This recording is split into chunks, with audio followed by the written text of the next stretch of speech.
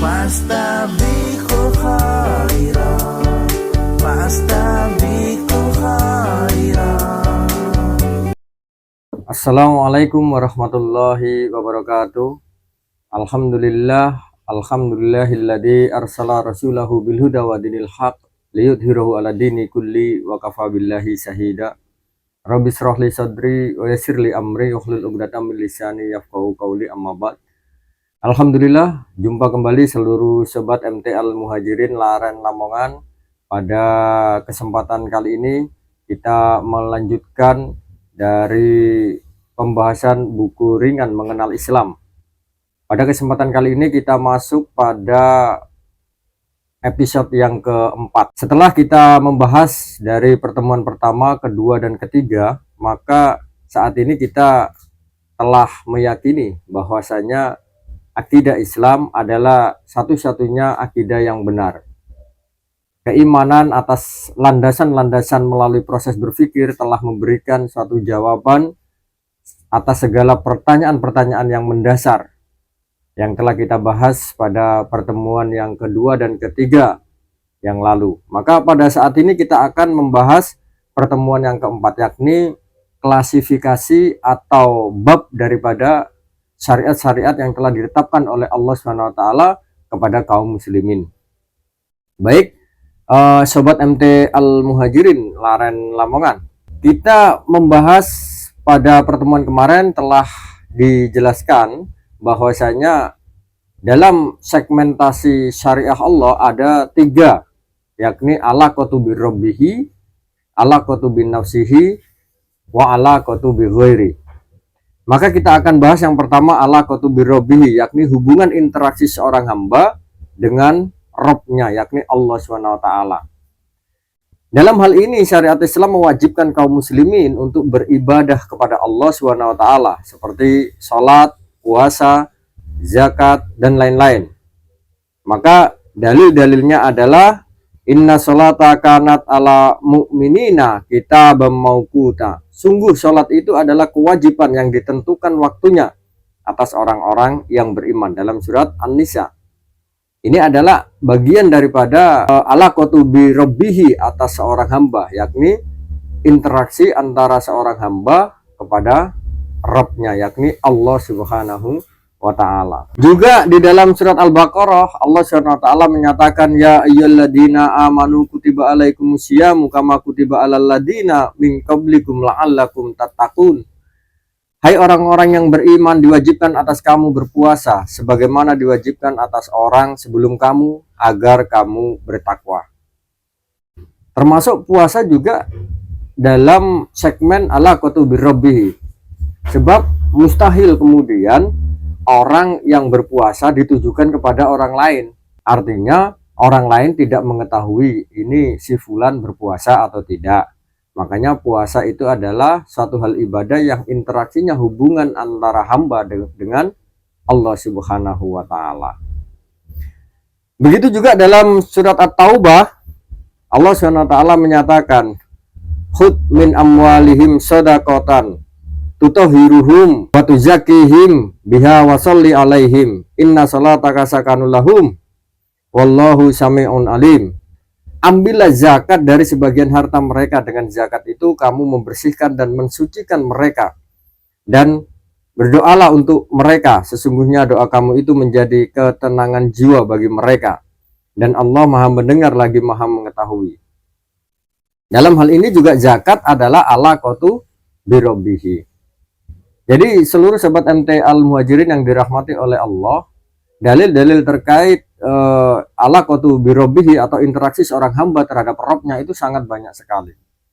Maka disinilah segmen yang pertama yang akan kita bahas kemarin, yakni sholat, puasa, zakat, termasuk ibadah-ibadah yang lain, berzikir, ibadah haji.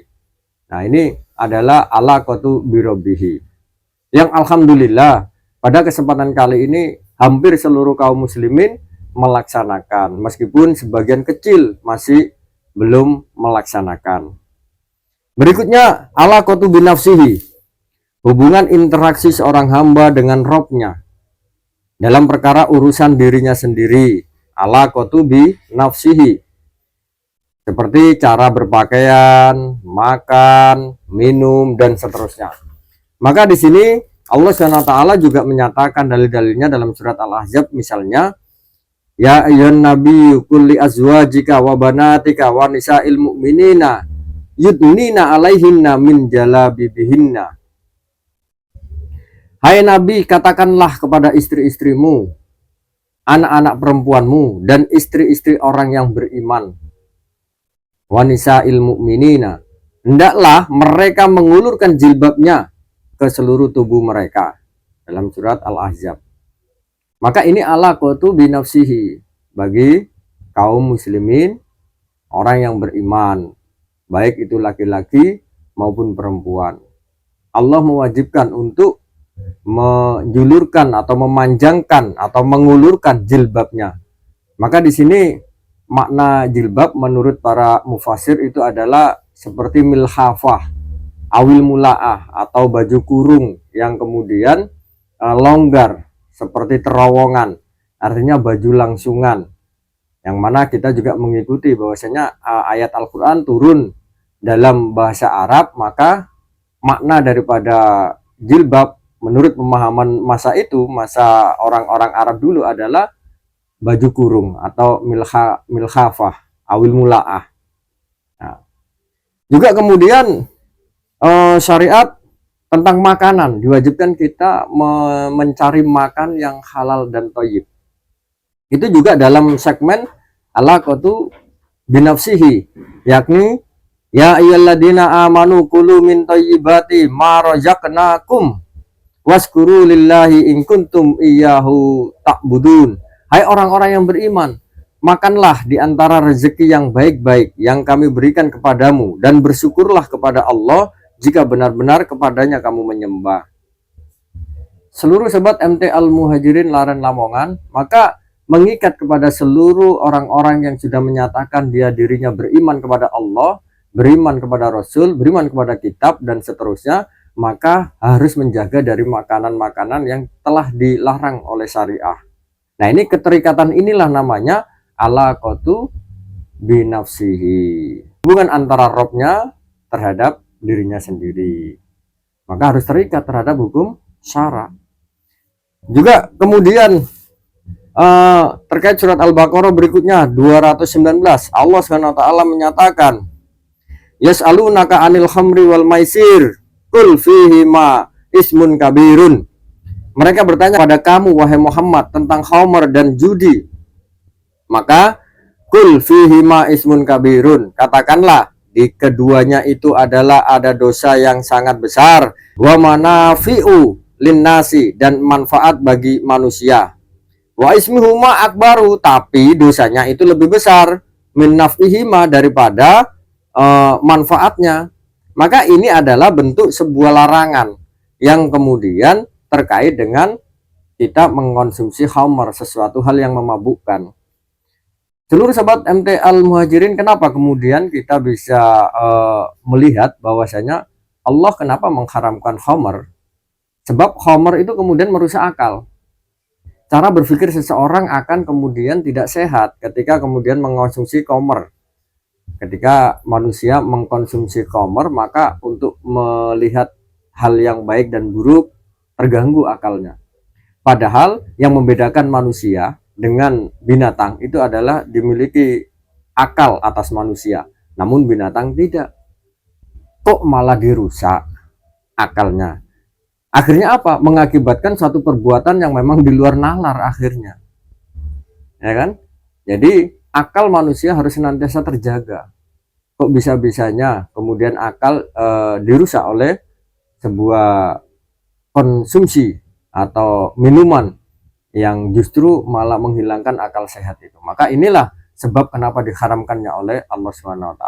Berikutnya alaqatu bi ghairi, hubungan interaksi dari seseorang hamba dengan orang lain, seperti bagaimana menjalankan hukuman-hukuman atau had-had Allah, jinayat, dan hukuman yang lainnya yang terkait dengan jihad dan sosial dan juga sebagainya. Sebagaimana diwajibkan atas Allah Itu tertuang dalam surat Al-Baqarah 178. Coba kita baca. Ya ayyuhalladzina amanu kutiba alaikumul qisas fil qatla. Hai orang-orang yang beriman, khitabnya seruannya kepada orang-orang yang beriman. Maka kalau tidak beriman pasti kemudian dia menolak. Ingat bahwasanya sebelum materi ini kita sudah meyakini seluruh isi Al-Quran adalah benar. Dan isi Al-Quran adalah suatu kewajiban, larangan, kabar gembira, dan cerita. Al-Quran itu cuma itu isinya, yakni perintah, larangan, kabar gembira, dan sejarah. Artinya sebuah peringatan, baik itu perintah, larangan itu peringatan, sejarah dan kabar gembira juga sebuah peringatan. Untuk apa? Untuk kita jalankan. Supaya apa? Supaya kita terselamatkan fid dunya wal akhirah. Maka di sini Allah SWT menyatakan, hai orang-orang yang beriman, diwajibkan atas kamu qisas. Kutiba alaikumul qisas fil qatla, dari orang-orang yang dibunuh. Nah, pertanyaannya sekarang, bagaimana kemudian kita melaksanakan Al-Baqarah 178 ini? Apakah terus kita membunuh terhadap pelaku pembunuhan? Maka ini juga tidak dibenarkan. Sebab hukum-hukum Allah yang tertuang dalam segmen alaqatu bi ghairi, yakni menjaga daripada nyawa seseorang, menjaga daripada darah seseorang, karena Islam sempurna. Al-yauma akmaltu lakum dinakum wa atmamtu alaikum nikmati wa raditu lakumul Islam madina.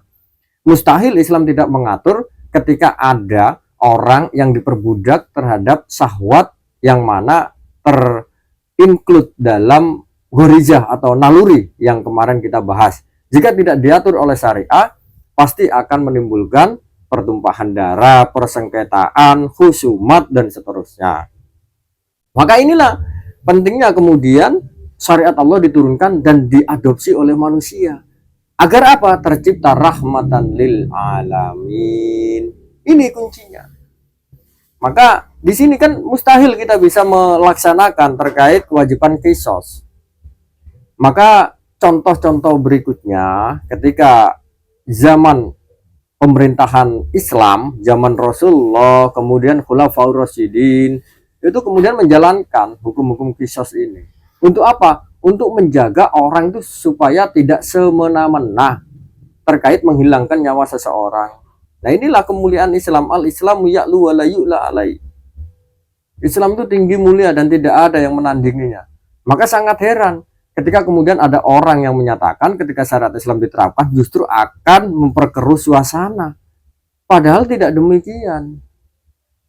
Tidaklah demikian. Justru Islam hadir dengan segenap syariah-syariahnya itu menjadikan negara itu berkah. Sementara definisi dari berkah itu adalah ziyadatul khair, bertambahnya satu kebaikan.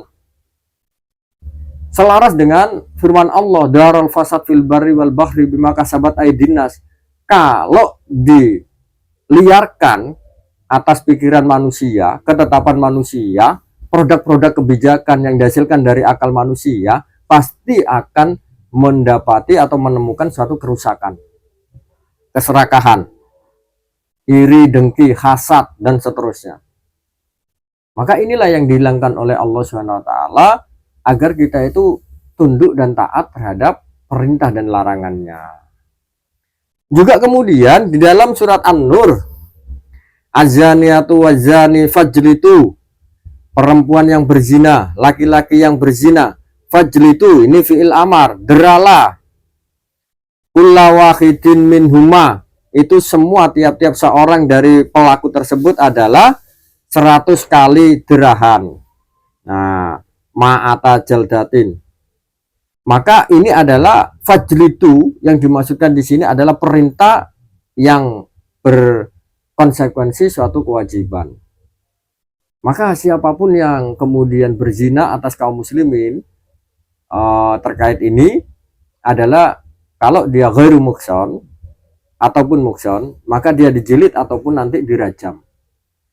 Dan ini pernah dilakukan oleh Rasulullah SAW terkait perempuan yang berzina kemudian hamil, terus mendatangi Rasulullah SAW dan meminta untuk dirajam. Maka Rasulullah ketika itu menyatakan, tunggu dulu, sampai anakmu lahir, baru datang kemari lagi.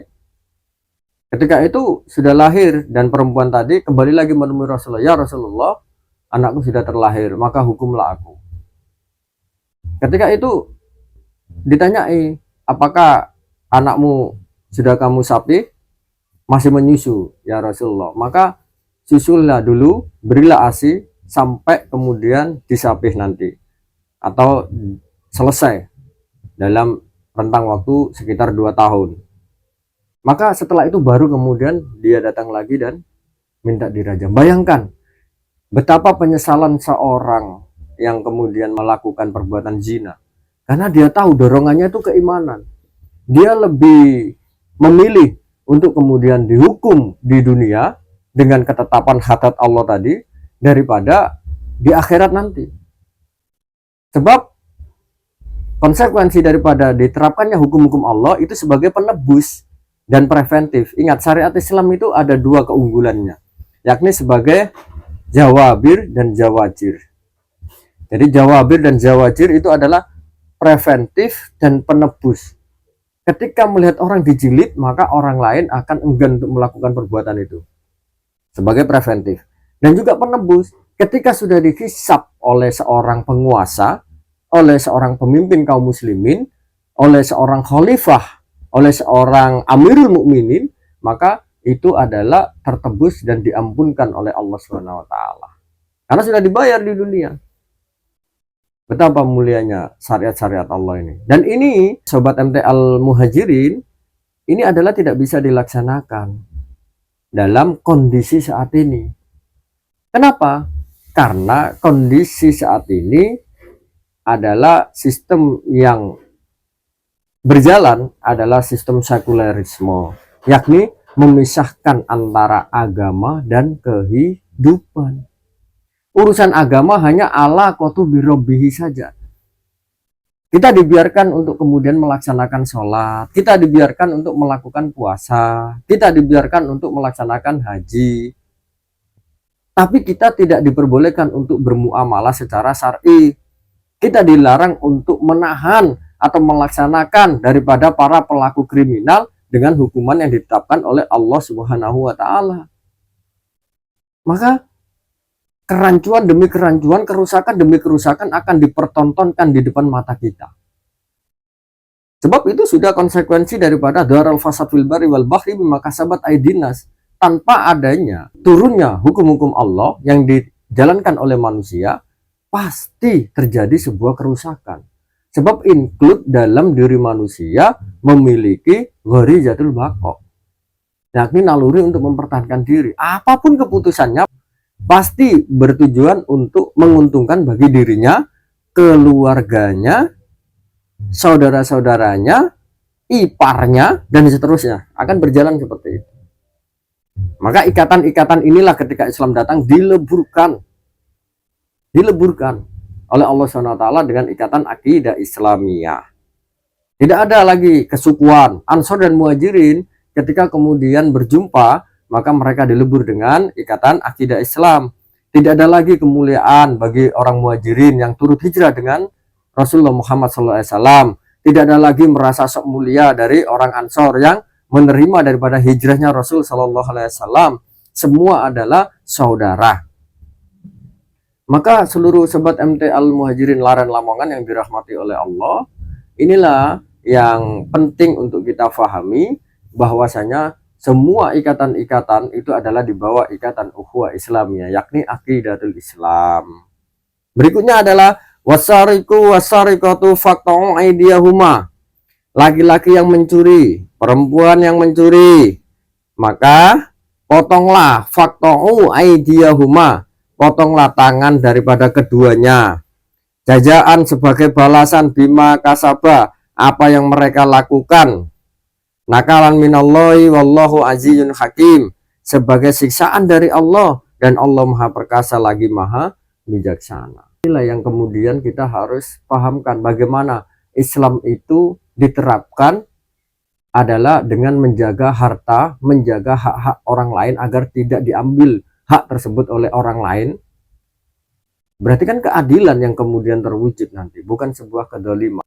Tentu kemudian kita bisa melihat ketika sekarang kondisi saat ini, siapa yang kuat akan merampas hak-hak daripada orang yang lemah. Betapa banyak kasus-kasus yang terjadi, bagaimana sudah puluhan tahun beranak pinak menduduki suatu tanah yang sudah ada bangunannya, namun tiba-tiba digusur karena nggak memiliki akte. Sementara akte tanah itu adalah buatan manusia. Siapapun bisa untuk membuat akte, ya kan? Siapapun bisa yang kemudian membuat akte tanah. Tinggal siapa yang lebih kuat data-datanya. Maka ini kepemilikan model seperti ini rawan untuk kemudian saling bersengketa. Akhirnya banyak kasus-kasus yang demikian. Maka kepemilikan atau hak-hak inilah yang kemudian dikatakan oleh Allah, jika ada seseorang yang mencuri, mengambil barang seseorang yang tidak dengan cara yang dihalalkan oleh Allah, maka konsekuensinya bisa berdampak kepada hukuman potong tangan. Bahkan Rasul Shallallahu Alaihi Wasallam sendiri pernah kemudian dimintai keringanan kepada wanita yang terhormat terkait kasus pencurian. Maka jawaban Rasul Shallallahu Alaihi Wasallam adalah, seandainya Fatimah putriku, kata Rasulullah, mencuri, maka pasti aku yang akan melaksanakan potong tangan. Saudara-saudaraku yang dimuliakan oleh Allah Subhanahu wa taala, inilah keadilan yang kemudian terwujud dalam sistem pemerintahan Islam. Tentu dengan diterapkannya syariat Islam. Sumbernya sudah jelas, yakni Al-Quran, Sunnah, Ijma, dan Qiyas Syar'i. Kalau ada ikhtilaf, perbedaan dalam bab fikih saja, maka itu adalah hal yang biasa. Rana-rana khilafiyah, bukan rana-rana akidah. Yang tidak dibenarkan itu adalah menyatakan hukum-hukum Allah, syariat-syariat Allah itu tidak layak diterapkan dalam masa modern ini. Justru kita mengundang bencana ketika saat ini kemudian tidak diterapkan atau enggan untuk diterapkan dengan berbagai alasan. Ingat, tugas akal sudah selesai ketika kita memeluk akidah Islam dan meyakini kebenaran dengan melalui proses berpikir. Tugas akal sudah selesai. Akal tinggal tunduk terhadap wahyu. Ketika wahyu berbicara A, akal harus yusallimu taslima, harus mengikuti. Nah, ini Allah kutubi bigoiri, banyak sekali terkait itu. Dalil-dalil yang lain terkait segmen yang menghukumi interaksi seorang hamba dengan orang lain. Nah, pertanyaannya sekarang, apakah kemudian rajam, potong tangan, jihad, jilid, dan sebagainya ini bisa dilaksanakan? Pertanyaannya kan tidak. Oh, aku ingin menerapkan syariat Islam, seumpama. Ini ada orang mencuri, maka tak potong tangannya. Oh, lu malah haram, itu nggak boleh.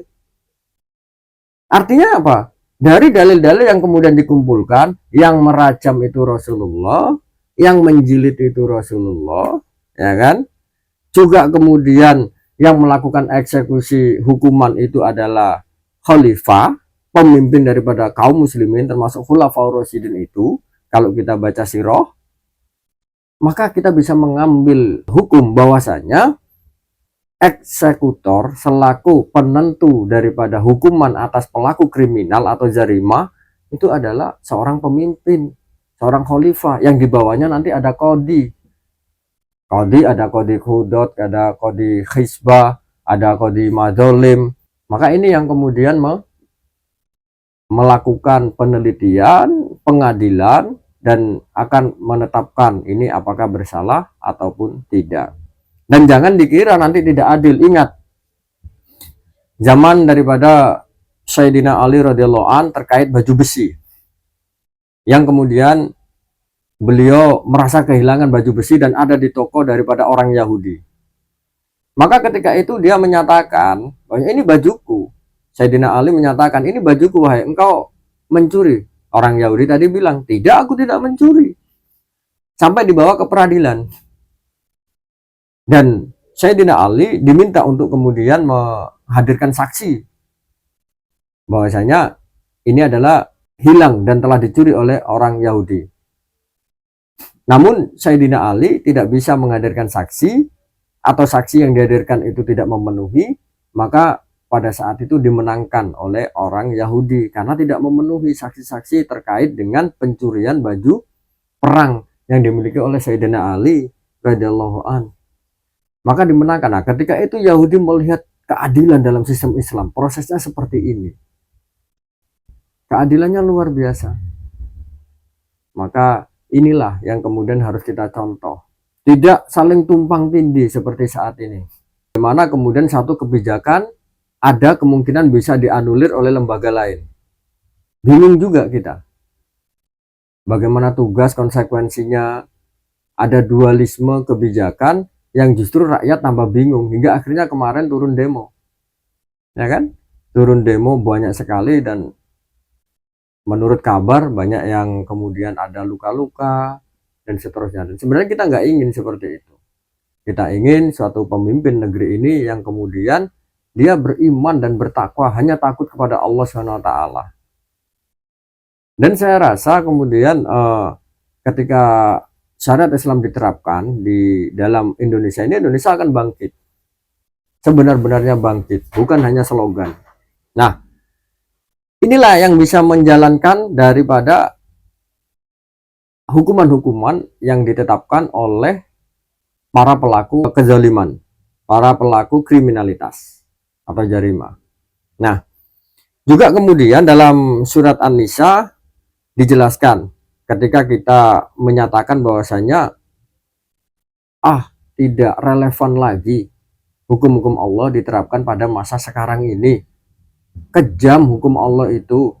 Bayangkan saja ketika ada kisos, apa iya kejam?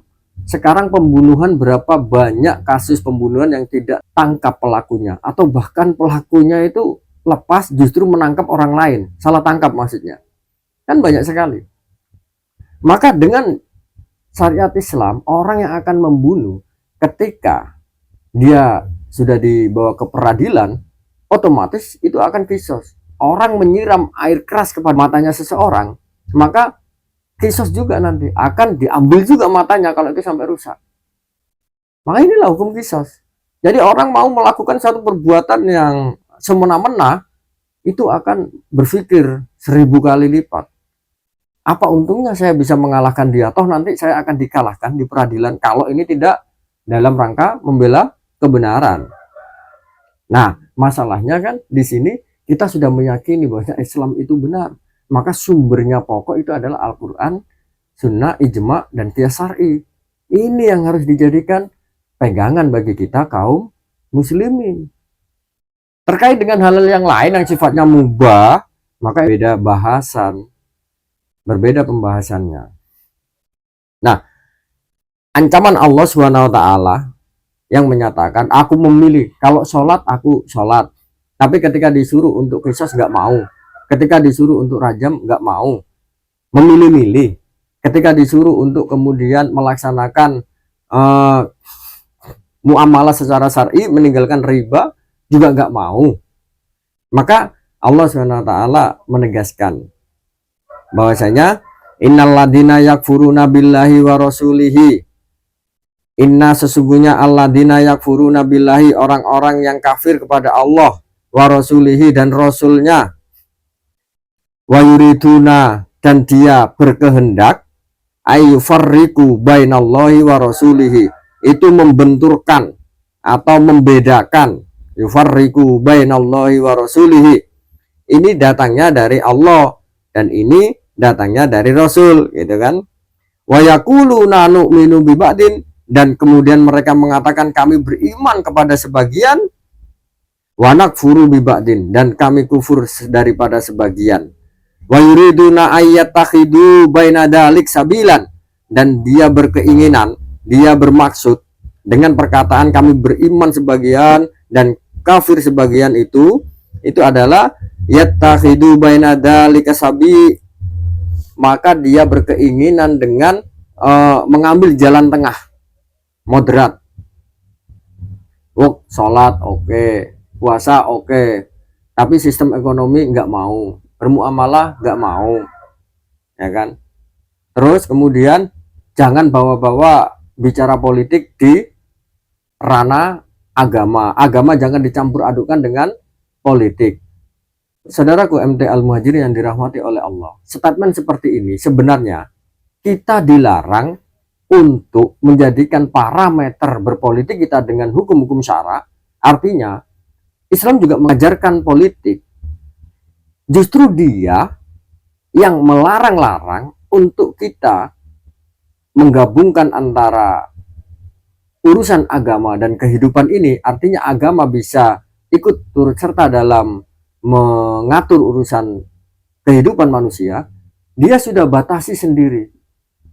Artinya inilah yang dinamakan sekularisme, meninggalkan ajaran agama untuk menentukan kebijakan, ketentuan daripada aturan yang diambil dalam kehidupan. Maka disinilah yang kacau sekarang ini. Akhirnya parameternya nggak jelas, ahli tafsir, multi tafsir akhirnya. Termasuk sekarang ini yang bisa kita rasakan kan, ketika kemudian satu Pancasila yang ditafsirkan oleh si A berbeda dengan si B, berbeda lagi si C, karena liar memang tafsirannya. Siapapun boleh menafsirkan, tergantung siapa yang berkuasa waktu itu. Kaum muslimin juga bisa menafsirkan. Maka luar biasa kalau penafsiran Pancasila yang dimiliki kaum muslimin, ketuhanan yang Maha Esa, ya kan? Itu adalah negara Indonesia bertuhan terhadap Tuhan yang satu yang esa, yakni Allah Subhanahu wa taala. Kemudian kemanusiaan yang adil dan beradab. Setelah bertuhan maka akan berkemanusiaan yang adil dan beradab. Adil itu lawan katanya zalim. Maka hanya dengan keadilanlah kezaliman tidak ada. Maka dengan keadilanlah peradaban itu terwujud. Kalau zalim nggak punya adab pasti. Dan ini tafsir, contoh tafsir daripada kita kaum muslimin. Daripada terkait dengan Pancasila itu. Ketika sudah adil dan beradab, persatuan Indonesia pasti terwujud. Gak ada lagi istilah kemudian pulau tertentu yang kemudian ingin merdeka. Gak ada. Ini persatuan terjaga. Dalam ajaran Islam juga melepaskan daripada persatuan itu haram hukumnya. Tidak boleh. Maka kita juga sebenarnya menyayangkan terkait daripada saudara-saudara kita yang ada di Papua yang ingin merdeka, ya kan?